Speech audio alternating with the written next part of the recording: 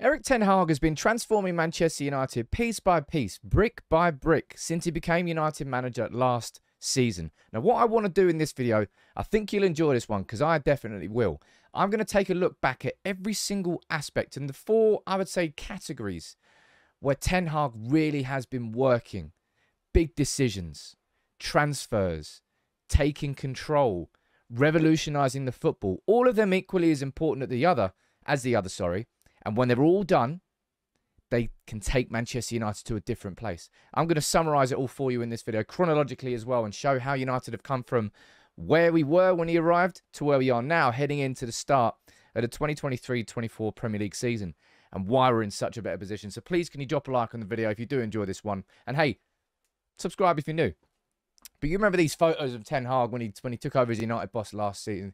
Isn't it like revolutionary, almost like a bit Lenin-like? And you would think, I was excited by it. I really, really was. But he had so much work to do. And the first thing I want to focus on, which we've spoken about before, but it's important to take it all into context, is the big decisions that Erik Ten Hag, I think, largely is absolutely nailed. Ronaldo was the big one at the beginning, all right? I think he handled it perfectly, and that's all we need to say about it. But he also handled the small things well. Accountability.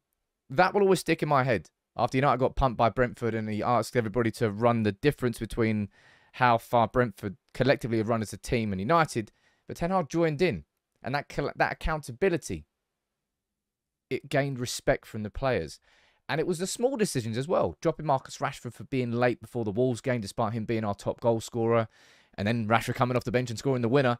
Goes to show it was a risk, he said there. But if you have to create a winning attitude is what he said. But you know what Erik Ten Hag has done throughout this whole time? He's also had a little bit of a sense of humour, and I think that's important. This is an example of him after this situation where Rashford got dropped for being late and he was fined. Erik Ten Hag was late to the press conference after, and this is what he said. Apologize, I'm late, but I had to do a procedure for the visa and there was a technical problem, so that's why I'm coming. Fine, no, it's not fine. I could do nothing about it. That's an important part of it because, you know, Jose Mourinho was a disciplinarian, a disciplinarian. And that's the way he coached. But Ten Hag can do that. And at the same time, he can carry a smile. And that's how he comes across. And I imagine that's probably a big reason as to why he's built the respect between the players. But other examples of it, of course, Garnacho. He was late for, I think, a couple of training sessions or a couple of training meetings last pre-season. Got taken out, didn't have any opportunities, and grew into the player he was across the course of the season. Excellent management. And then two big decisions that have happened this summer, of course, are David De Gea leaving. And I think it's the correct thing to do. And it will mark the beginning of a new-look United team. And taking the captaincy away from Harry Maguire.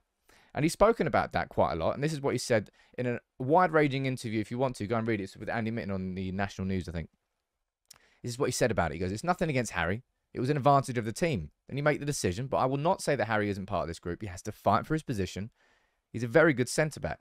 I think he's handled it well the whole way through when it comes to all the big decisions. And it's allowed him to create the foundations for all the other work that he wants to do, because there is so much more work to do. And as I said, as much as it's about the big decisions, it's the little decisions that go with it as well. This is Erik Ten Hag talking about how difficult it is to be an elite level footballer these days. 60, 70 games a year. Every third or fourth day, you have to match the highest physical levels. When you're not living the right life, you get killed. I think in general, when I came in at United, the standards were not right. That's true. I demand the highest standards in sleep, recovery, nutrition, because that makes the difference if you can perform on the third or the fourth day.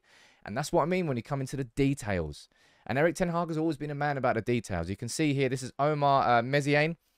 He was brought in as a new head chef to Manchester United. Now, you might say, well, Sam, how's that a major thing? To the players, I imagine the grub they're eating every single day is a significantly important part of their day.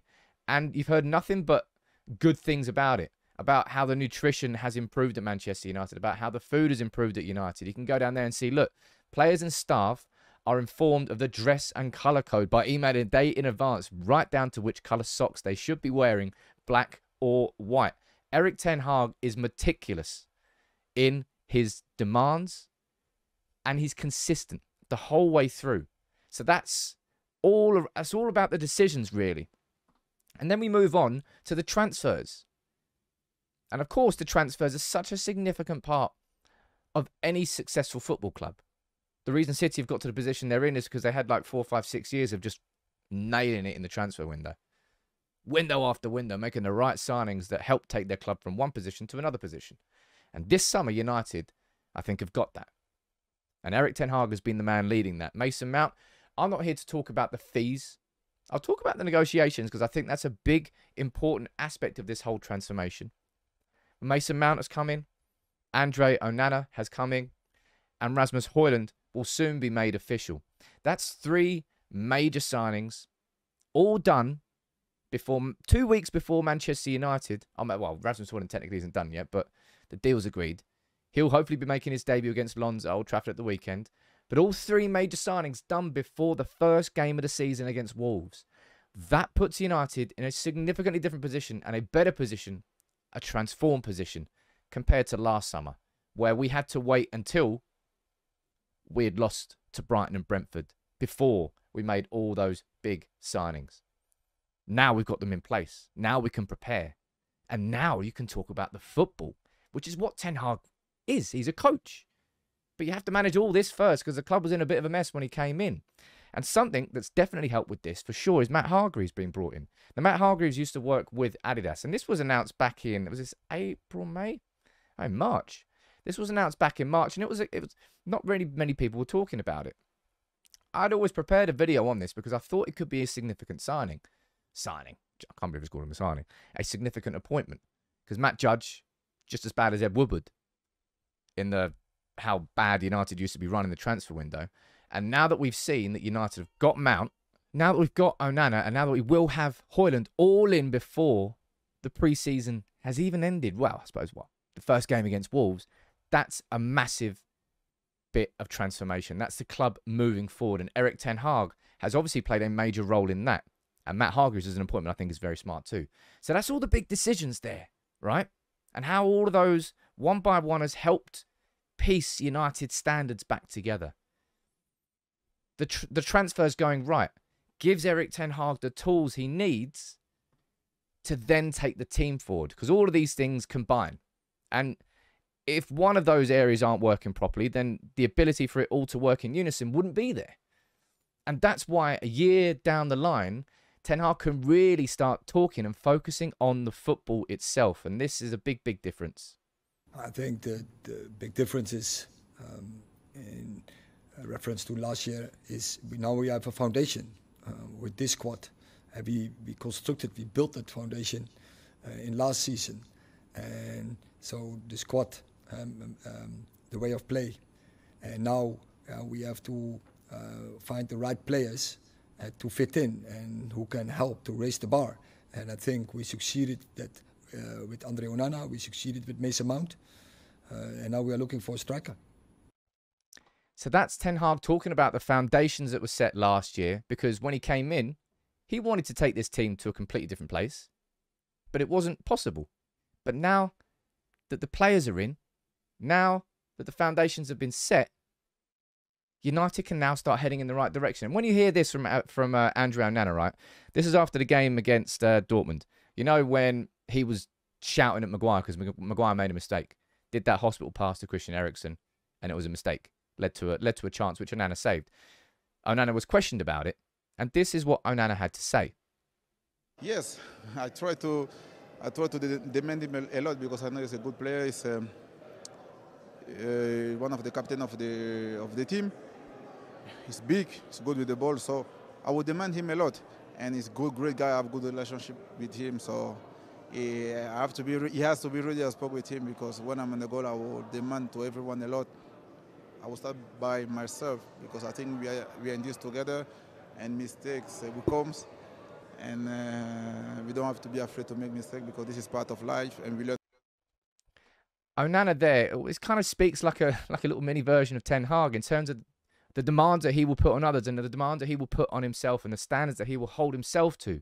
And these are the players that Ten Hag has been bringing in one by one. The right characters to help with the standards that he feels he's improved at the club, with all the small minor details right down to bringing in somebody to help with sleep recovery and nutrition, to accountability when it comes to that, to doing it with a smile on your face and a sense of humour and the respect he's gaining with the squad, is all allowing Ten Hag to focus on the football, to actually be a football coach. And ultimately, that's what we want to see, how much better a United are on the pitch.